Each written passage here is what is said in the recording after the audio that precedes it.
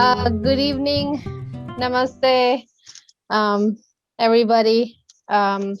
So today, as you guys may have seen from the flyer, that we're talking about how Hindu American mothers are forwarding their culture and their sense of dharma to their kids.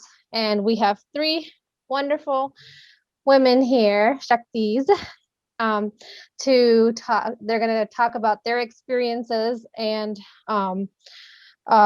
what they are doing to forward their culture and their values to their children. So we have, first is Faluguni Band, then we have Gypsy Band, and then we have Gypsy Band. All right. So, Gypsy Band, it's your turn. Go ahead. Hello again. This is Gypsy Band. I am an educationist and an entrepreneur. I manage private schools, and I am a co-founder for a digital branding company with my sister. But I guess the most important part is that I am a proud mother of two young boys, 15 and 9. I guess birthing itself to me is a big deal. But birthing and raising them in North America is even a huger deal, especially if you're in my shoes where you don't have a lot of family around. So the story starts a couple of decades back. My older one was born in Toronto, and my younger one is born in Maryland, DC area. And both Maryland, DC area and Toronto has a huge diversity. So it comes with a flow that, you not taken by surprise, that you'll have a lot more avenues there to raise your kids, for you to participate in things, et cetera, et cetera. Well, we moved to Tennessee a few years earlier. So I would want to address that when back in Maryland, the only good thing happened, one of the good things that happened as a Hindu parent is that we were exposed to Bal Gokulam. And Neil and I were younger parents. My older one was younger. My younger one was not even born there. So I guess the Bal Gokulam became a catalyst, a trigger point for us to kind of see other parents, fast forwarded 20 years from what we were back then, and a great exposure. So I guess that ignited us, especially me, because I was not born and raised here, and things back home was easier when it comes to following faith versus here. It did expose us to a great deal of parenting them. We moved to Tennessee, and the three things that I guess I want to discuss here, what we do as part of our parenting with our children, and I believe they like it. The first one is that we follow Garbo. So, during Navratri, that's something that we inherited from my mother-in-law.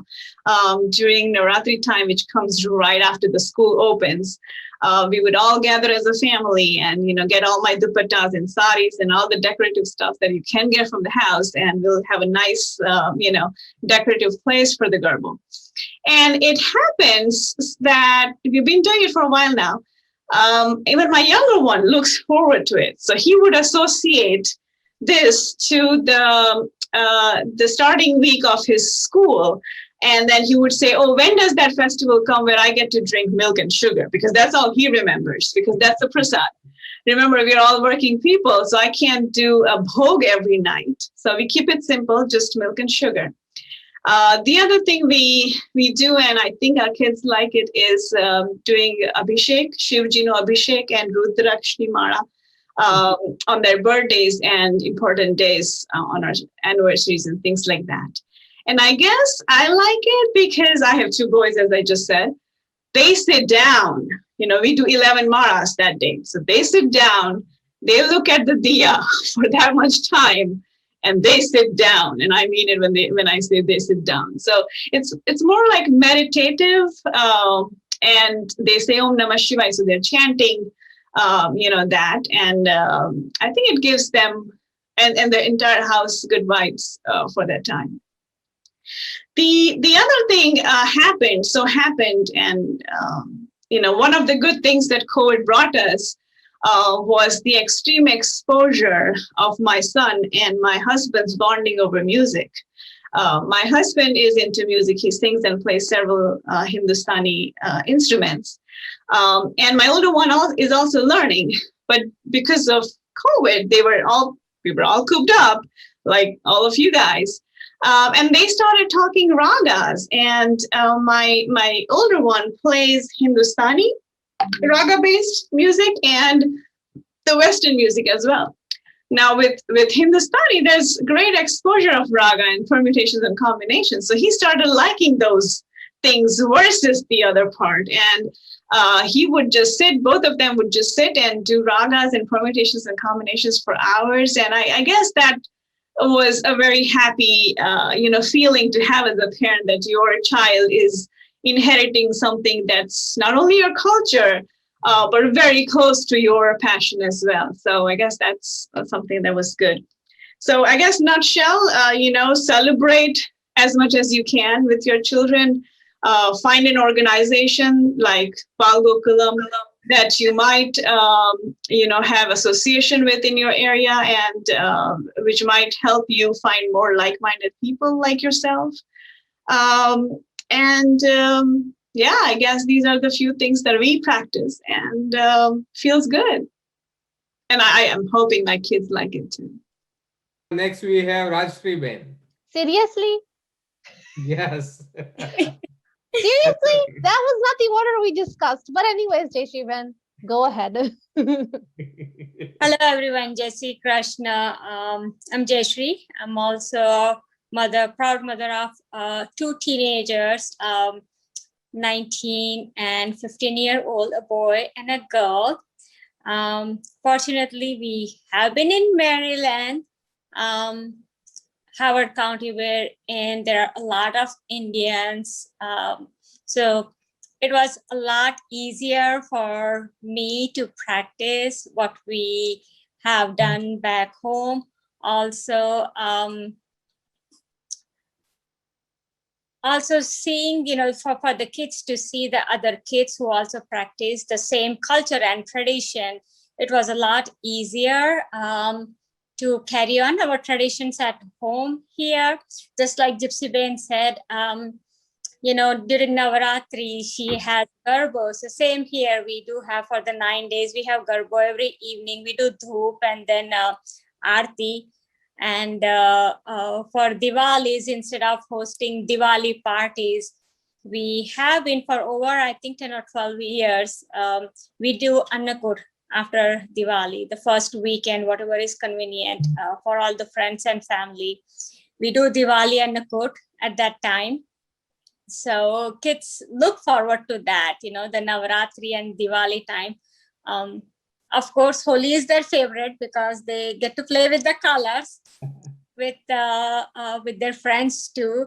Bal Gokul, that's their favorite time of the year when they get to do the Holi. Unfortunately, last week we couldn't make it due to COVID. And living in Howard County, as I said, there are so many Indians. My kids have been going to Bal Gokulam for almost like 10 or 12 years now. We are also part of a VHP camp, Mahendra Bhai, and they are, I believe, they do it here in Montgomery County. It's like 4 or 5 day camp. That's one of their favorite camp. Not only our kids started going there, but their cousins who live in North Carolina, they come all the way for their camp. And the best thing about the camp is not just, talking about the Hindu dharma, having all the kids who look like them, who think like them, who also has the same questions about the religion and the faith, and all of them discussing all of that together. Having the guidance from the older kids definitely has helped them. Having the Garba night, all that has helped.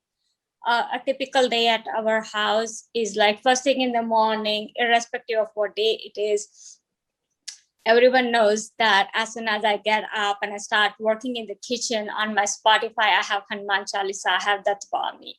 So even though they haven't memorized it, they hear it every single day. That's how the day begins at our place. All the festivals, they know that during, the festival time, everyone has to shower, even if they have done it in the morning. Again, evening, just before the puja, do the puja. And since I grew up in South India, some of the cultures, even though we are Gujarati, some of the traditions that we do at home is also a little bit influenced by the South. So like, in South Indian or South Indian families, if you see during the festivals, or even if you go to the temple, they have the turmeric, at the doorstep. Always they have the turmeric. And my kids are like, why do they have turmeric? Like, it's a superstitions and all that. So we try to give the scientific reason behind our Hindu culture and all. The reason why we used to do turmeric right at the doorstep is because it's like, I have to give them a logical reason so they can connect and they start trusting or believing more into our culture and traditions. I have to tell them it's antiseptic.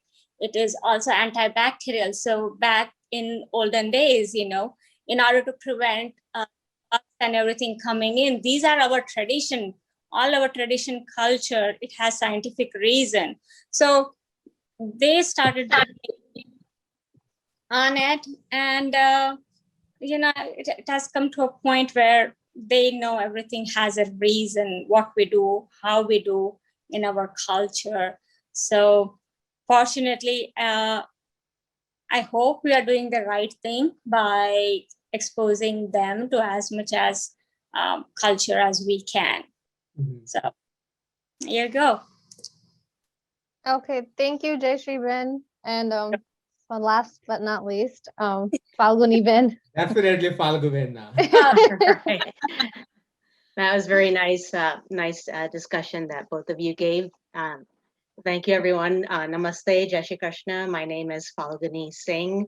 I am a mother of 3 boys. My sons are 20, 20, and 18, and they are young adults. I also work full time, and it's been a long story of how I've raised Hindu children, and I'm going to start off a little bit going back to my story back when my parents immigrated from India.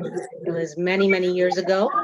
We came in 1970, and so there weren't that many Indian families here, and we immigrated to Canada first. So I was in Toronto, then I was in Montreal, and then we came to the United States by the time I was 12 years old.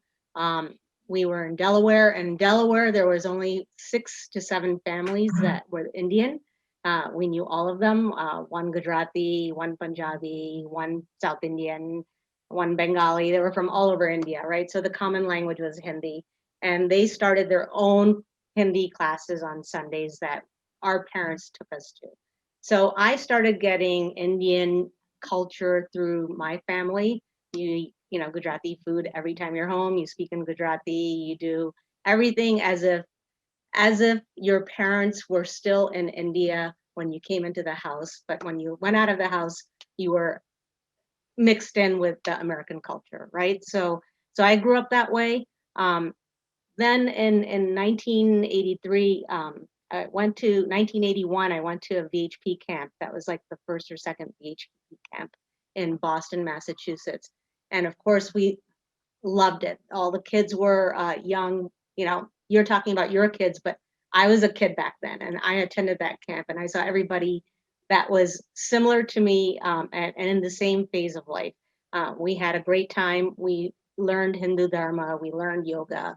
We learned religion. We also learned the Hindu games, Indian games like Ko and Ubiko and, you know, Antakshari. And it was fun. It was a week-long camp. And then saying goodbye was like crying. And we left. So fast forward so many years from that camp, I've made lifelong friends, and we still keep in touch. We just celebrated our I think, 30th year of VHP camp alumni. Can you believe that?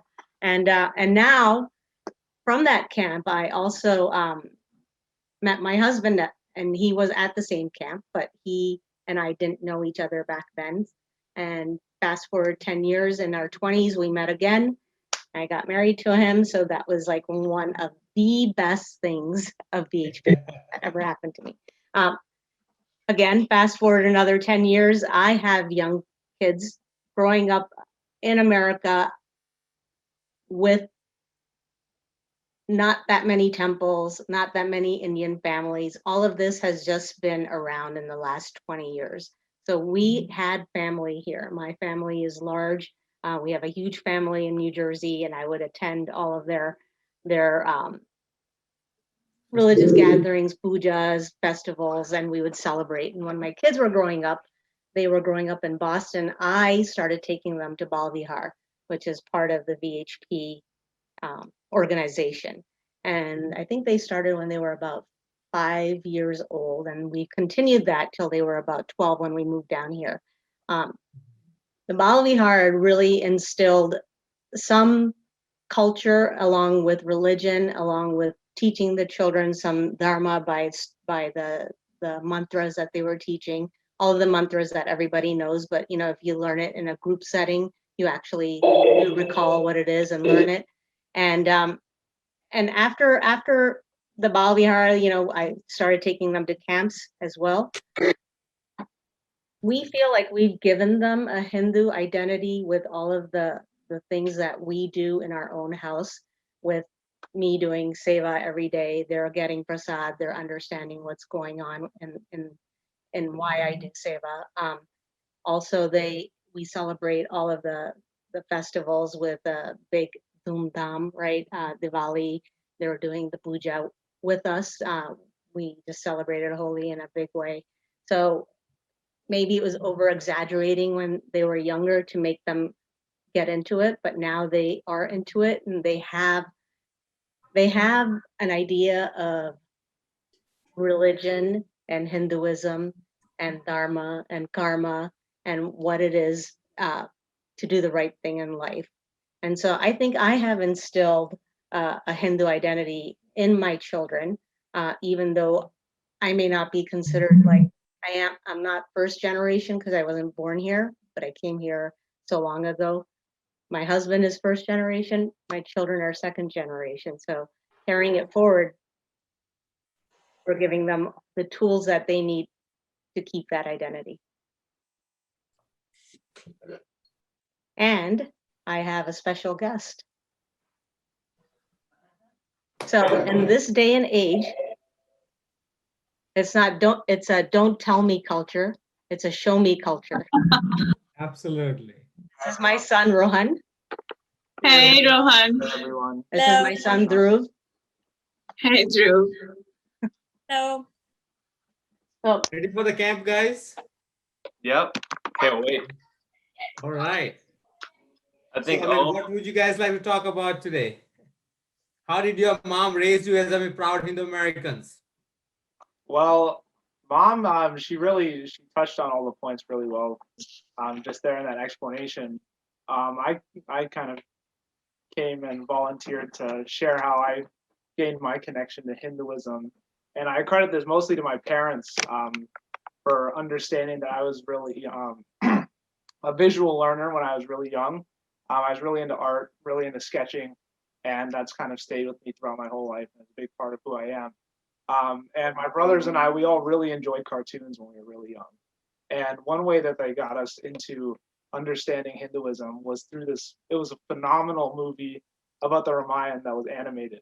And we would just watch that over and over and over again. And simply because we enjoyed the story, we enjoyed the characters, the animation was really cool. And as we got older, we started to understand the values attached to that story. Mm-hmm. And different forms of like visual media, kind of in an Americanized sense, since we were born here and we didn't have a lot of Indian people around us when we were growing up in Massachusetts, besides our family.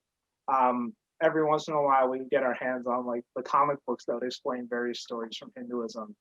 And those were actually really compelling to me. And then as I got older and more into art and, into painting, my mom would find these books on specific classic Hindu art, classic Hinduism art interpretations and visualizations.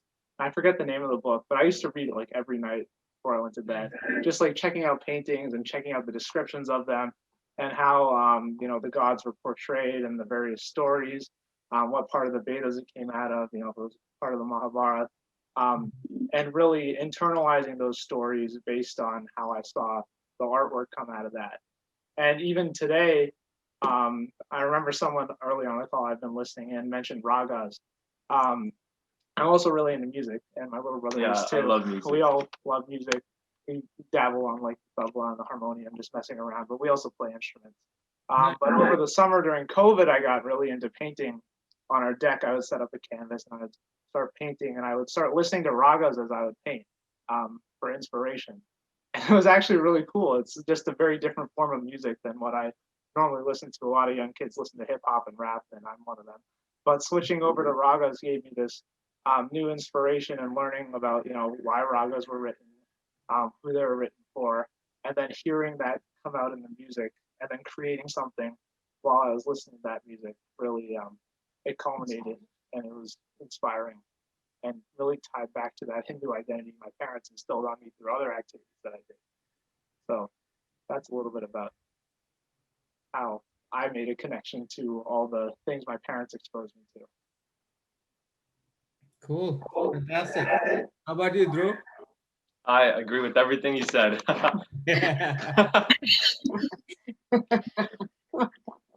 The elder one gets his talent of talking to his mother. All right, so that was our story. Just a quick update on how we instilled Hindu values in our children. We want to make sure that they carry it forward, and I think that we've provided the roots for them to grow deeper on their own as well as along with us. Like I said, we have a lot of family in this country, and so we keep connected to our culture, our religion, by being connected to not just our family, but our VHP family here, the Sarva Bhavantu Sukhina, right? So everybody here. That's cool. Very good. So that's it. Okay. Thank you, ladies and gentlemen, for sharing your stories. And I'm sure everyone who watches this will get something out of it. Mahendra uncle, would you like to proceed? Sure. So at this point, it's an open floor. So if anybody has any questions on raising kids, or if they would like to share their experience, how they went about doing this job, ensuring that they pass on dharma to our second generation. I can add something if you like. Please go ahead. Go ahead, Pantini. So my father came to the United States in the early 80s, and that was when there wasn't much of anything Indian around, basically, and we moved to a small town in Northern Virginia, which there's like one Indian family. So growing up, we didn't have that many Indian people around us, which was fine with me. But because my grandparents, they lived with us, we lived together, so they raised us. So there was a point, I think one of the ladies, they also said that you only spoke in their native tongue. So Gujarati was a spoken tongue at my house, and at home you only spoke in Gujarati. You didn't speak in English. You weren't allowed to speak in English. And so and then we also learned Hindi because we'd watch Ramayana and Mahabharata and Chanakya, and we watched that so many times that we picked up Hindi, and it was great, and that really helped, and especially with what Faluguni Sing's kids said about the books, Amar Chitra Katha books. Those are pretty good. I feel they really rope you in as children to dig deeper, want to find out more, because you see it visually, and you it's in the language that children would connect to. So if anybody is looking for something, I think those books are really good. So if, you know, that's just one pointer. Yeah. That's good. So- You can get those books anywhere now, right? Yeah. Before they were so hard to come by, you'd pack them in your suitcase and bring them from India. So excellent thoughts, mothers. What I learned here is we are passing on our dharma through our behavior, basically, in the sense showing them reason behind the festivities that we do and why we do it, right? Now, my question at this point is, these are all good things, right? But at the same time, there are good things in every religion. I mean, for like Christians, there's a Christmas. It's a festival of giving gifts, festival of lights, and all those things, right? So, and I mean, similarly, it's the same for other, I mean, festival, I mean, religion as well, wherein there are a lot of good stuff, right? Which are very similar to Hinduism. So my question to you is, in your conversation with your kids, how do you ensure, or I mean, if you have any thoughts on how you ensure that you share the uniqueness of your dharma amongst your kids as well? Point being, tomorrow, if tomorrow, if like somebody tries to impress upon your child and say, you know what, this is my religion, it's cool, why don't you be part of us? How would your son or daughter react to that? Well, I can jump in quickly. I don't know how they're going to react. That would be surprise, and I want to see how they will be reacting. But I guess there has been conversations in our family, and I would hope they have picked on those conversations. One being that, you know, our religion is full of positivity. So, you know, there's so much positivity. Every month, if you really follow the calendar, there is some or the other celebration. You might not do those celebrations because of whatsoever reason, but there is celebrations, and it's positivity. It's giving positive auras in those celebrations. So that, I guess, is a unique thing. The other thing is several kinds of celebrations. It's not just one main celebration, and we have one main celebration as Diwali. But to have a fathom of a variety of celebrations that goes around, we have brother and sister celebrations in Raksha Bandhan. We have teachers being celebrated in Guru Purnima, and several others that we can point out. So I guess the point I'm trying to make is the variety. Hinduism is not rigid to a occasion or one celebration or one festival. It is the variety of celebrating the entire year and then redo it all over again. So I guess to me, that's a unique thing, that I am associated with such a religion, and I have faith in such a religion, which is all about celebrating, you know, finding positivity and celebrating about it. I guess that's something quite unique that I would want my children to answer if they were ever questioned ever. I guess that's a very good explanation did by Gypsy. Hello, hey, how are you? The most question I think a kid should have come across is about so many gods in our religion. That's the most fundamental question they might be like facing it. Another one is why you pray monkey god, or why you pray elephant god, why you pray sun. Like they have like, you know, these kind of questions. How do they respond to that? Those are absolutely very important questions, and each of the family needs to logically answer them, right? For for example, when you talk about many gods, right? It's not that we have many gods. Basically, Hinduism provides this liberty wherein you can you can pray to the god of your likings. You can pray to the Sagun, you can pray to the Nirgun, right? And you can be even like atheist, right? So long as you are as you believe in like humanity for all and certain basic principles of Hinduism, like reincarnation, theory of karma, and all that. You are a Hindu to me. Mhm. True. Right. Another thing, so what we do as being a Hindu, we call ourselves a Hindu because we do rituals certain way. We do arti, we do tika on our forehead, we touch our elders' feet, and such a things like we do like a kapur arti and stuff like that. So most of the time, I would say 99% of the time, we don't know even what we are doing. When we do arti, what's the significance of the arti? When we do kapur, what's the significance for the kapur?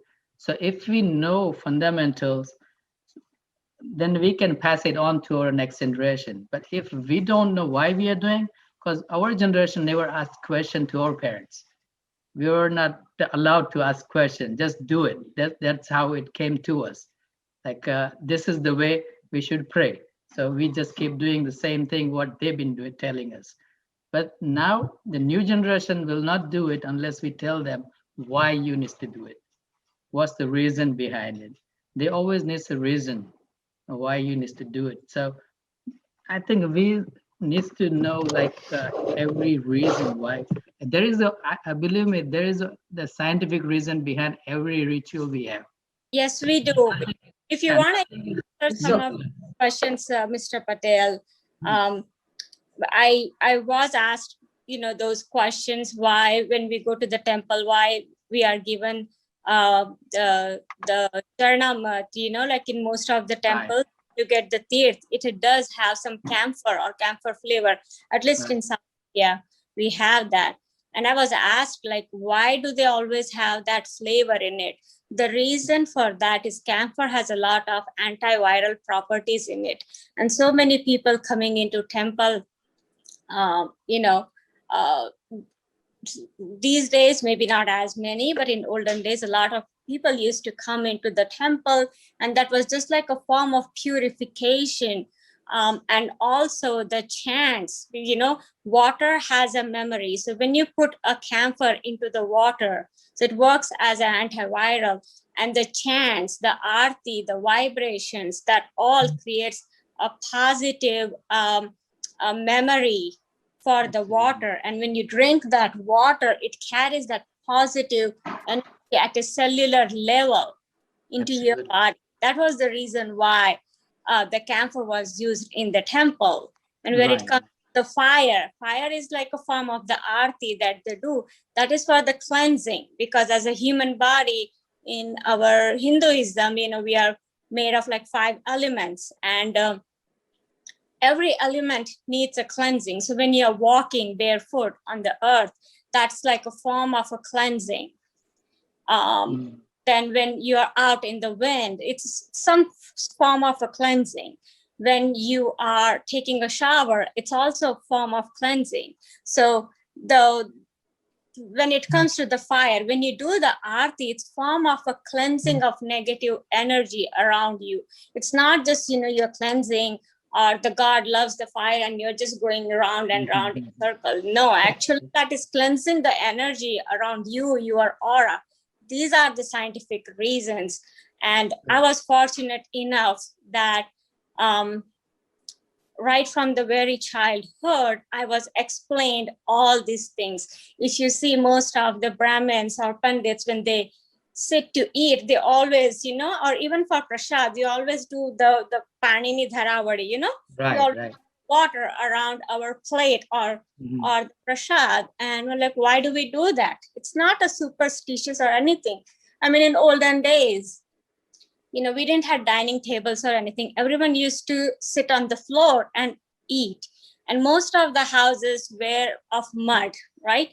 So the insects and bugs, whatever were there, as soon as you put the food there, you didn't want all those insects or bugs to come into your plate.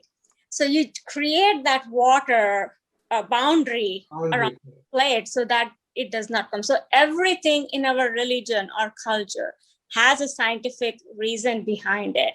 Very And yeah, you just have to explain it to your kids. Once you explain that to your kids, they will be proud of the culture, like 5,000-year-old tradition and culture, which is based on pure science.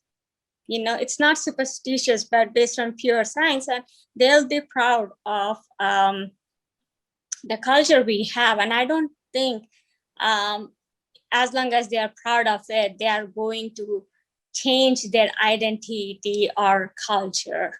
You know, that's something I have learned, and I'm proud. You know, I never get embarrassed when someone asks me who you are or where are you from. I'm proud to be a Hindu, and I do not hesitate to answer that. So that's just something I wanted to share, my personal experience. Fantastic. And I wanted to add something. Thank you. That was a great explanation, Gypsy Band. Thank you. Alpesh Bhai, if you want, I have an email for the scientific reasons of why we do things, like why we sit in Sukhasana and sit on the floor and eat, why we do Aarti, why do we ring the bell when we go in the mandir, why do we wear rings on our second toes, why do women wear bangles? These are all the things that people ask us. Why do we wear a bindi? You know, why do we touch our parents' feet? We need to be able to explain that to our children. And if you have a hard time explaining it, when we were growing up, there was no internet, and there was no social media, there was no anything. Right now, you've got information in the palm of your hand. You have to look it up, you have to understand it, and then you have to be able to explain it with the same kind of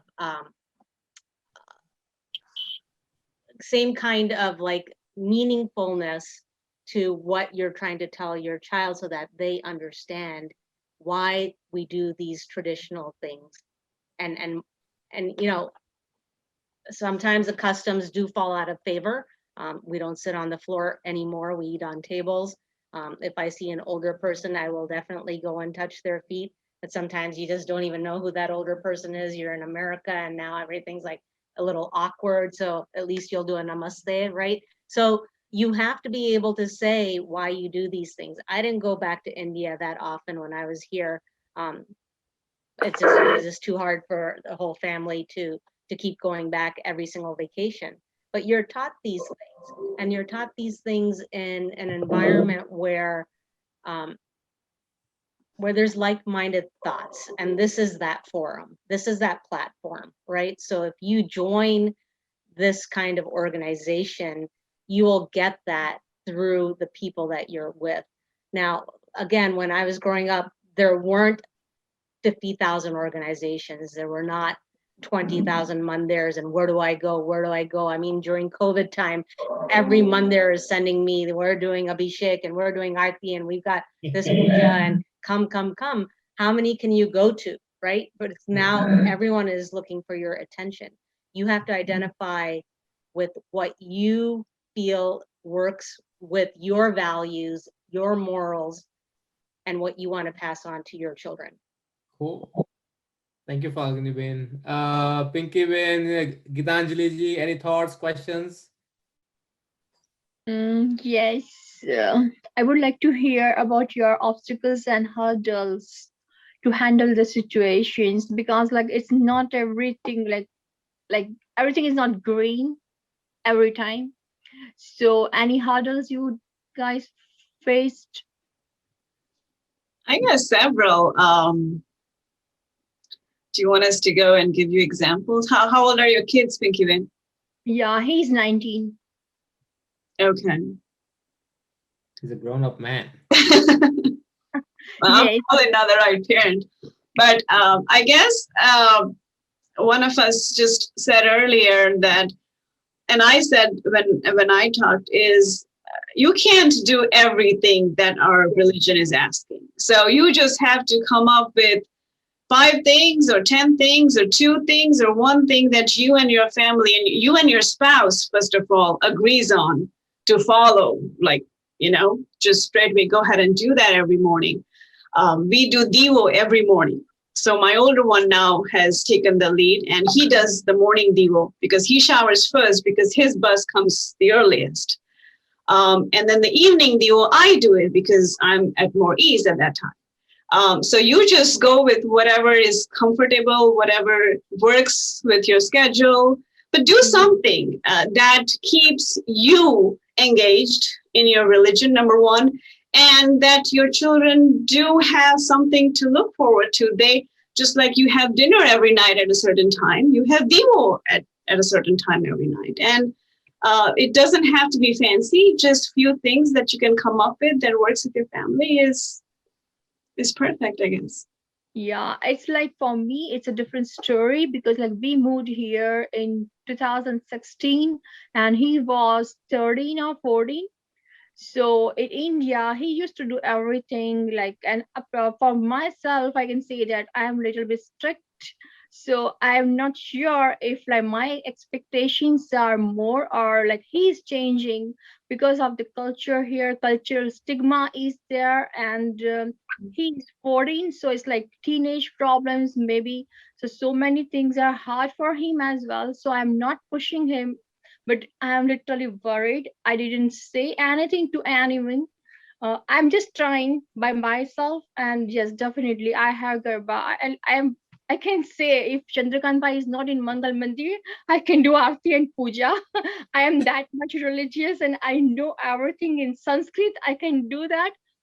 So like it's like for me, it's really Chandrakant. We did not like definitely we need Chandrakant Bhai, but I can do that level of puja.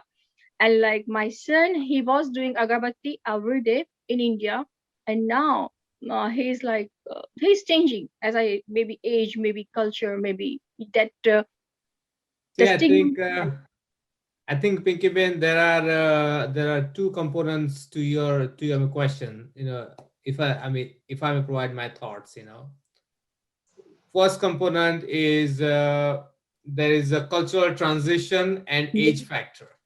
Yes. Now he has become a grown-up man and had come into different culture, right? Yep. So one of the way, based on many parents and I being a parent, what I have seen is sometimes you have to give some time. Yes, I'm doing exactly That's that. I'm just waiting and watching because you know we have a huge family. So some like he's doing Satyanarayana Katha online with Facebook, and he's like, "Mama, I enjoyed it. Like after 3 years, I did it, and I really enjoyed." So like, okay, I should wait more. so, So so I mean that is one thing, right? And once you give them some like space, right, at like some point they will certainly come around, right?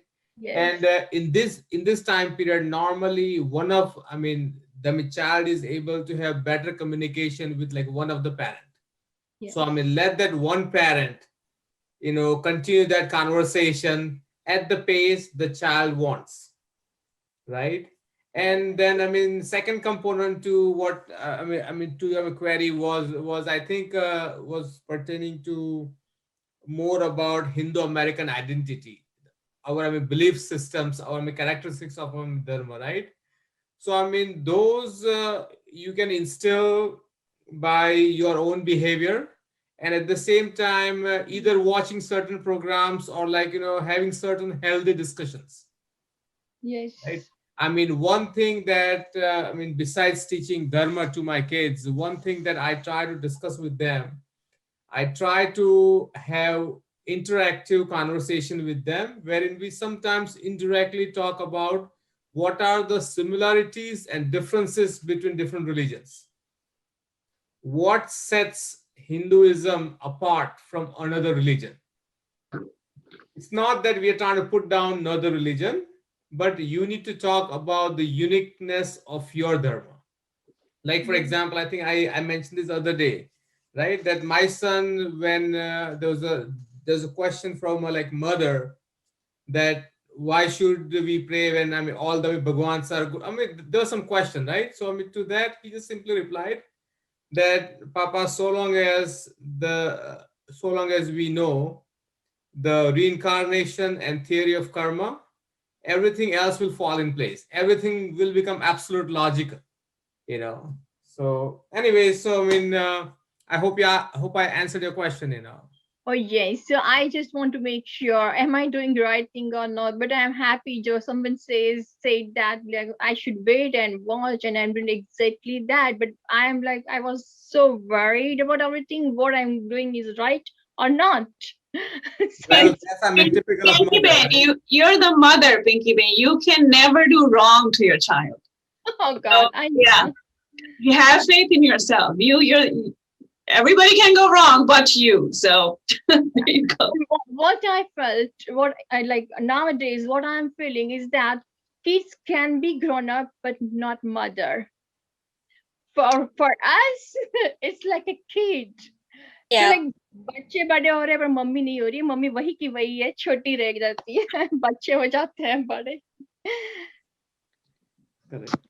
Yeah. Okay, cool, fantastic. Mahendra bhai, namaste, मैं Vineet. Yeah, Vinit, go ahead. So I have a quick question. So before going into my question, I want to thank you all the mothers for this wonderful discussion and sharing these kind of critical information with us. So basically, we are parenting two elementary school kids, two boys, and these days I see so many news coming around like Hindu phobia kind of events, right? So my basic question is, how can we prepare our kids to handle these kind of situations, like when they go to schools or colleges, when the other kids are criticizing their religion and they are kind of creating some kind of atmosphere which is not healthy for us, right? So the kids get distracted, they get hurt, right? How we can prepare our kids to manage these kind of situations? So recently we came across something happening in Rutgers, right? So one of the professors, she was spreading fake information about our religion. So all those kind of things kind of bother me and many of my friends. So we had a discussion, and so I thought of sharing with you also how to prepare our elementary school kids with all these kind of situations.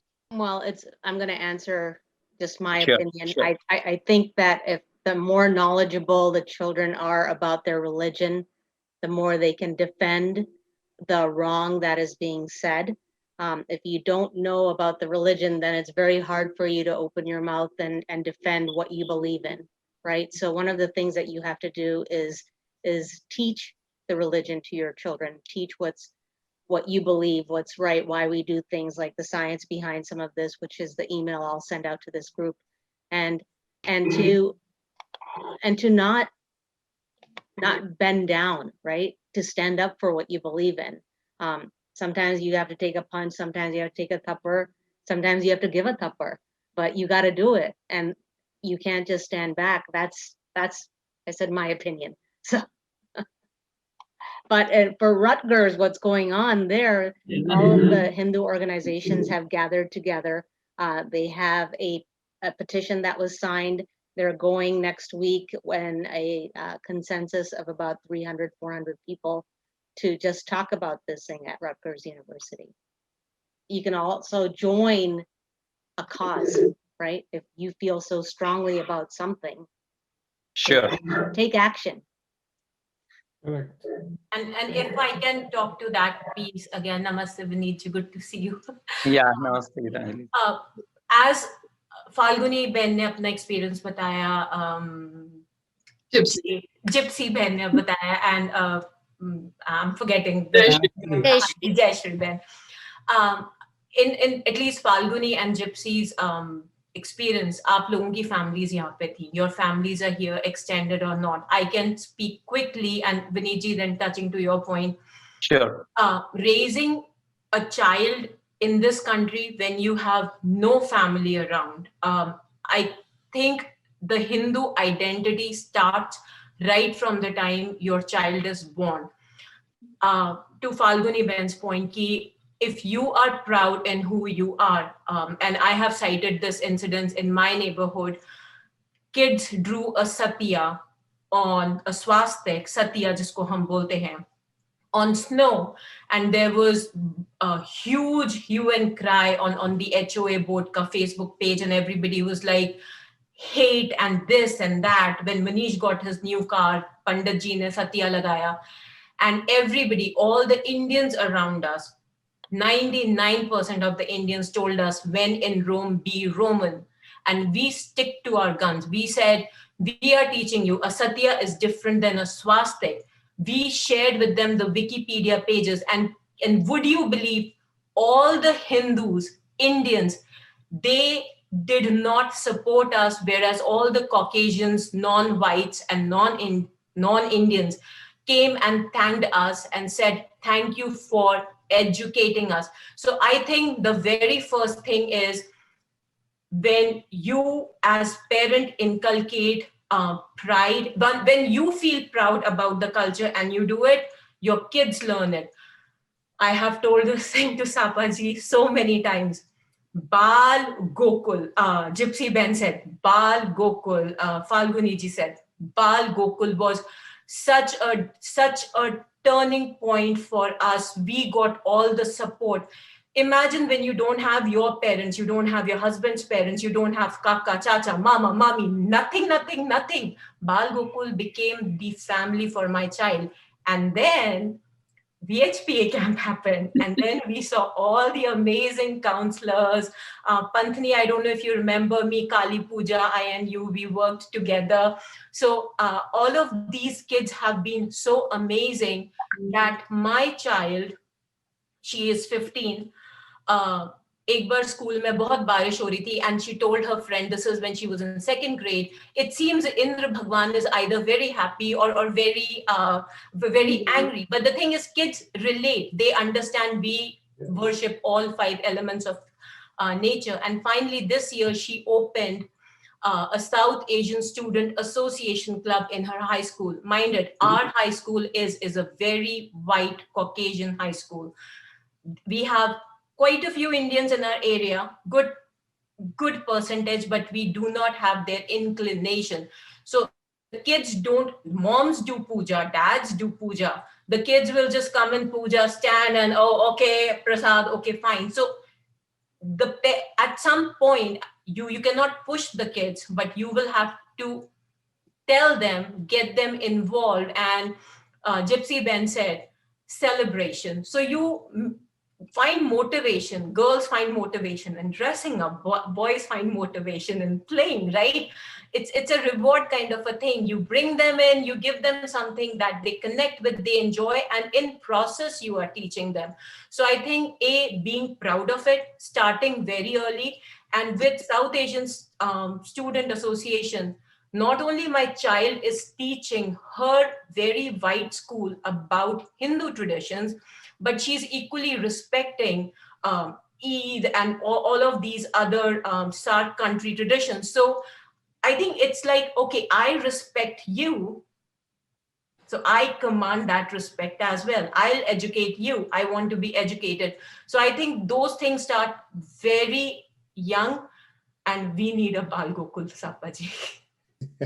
So excellent thought, Gitanjali ji. I think it's about 9:30, 35, I think.